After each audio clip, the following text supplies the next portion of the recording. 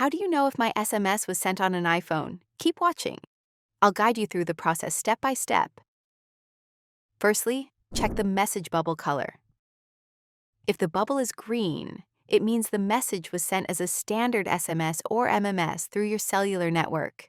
If the bubble is blue, it was sent as an iMessage, which uses Wi-Fi or mobile data and only works between Apple devices. Now let's look for delivery indicators.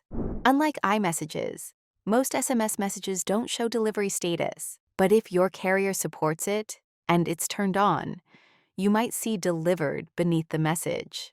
If you see a green bubble and there's no red exclamation mark, your SMS was likely sent successfully. Check for not delivered alerts.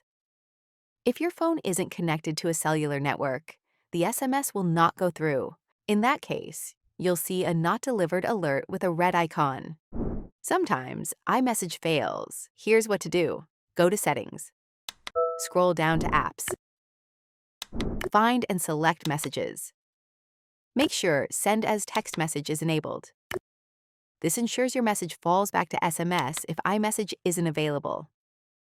And that's it. Now you know how to tell if your SMS was sent on iPhone. Subscribe for more helpful tips.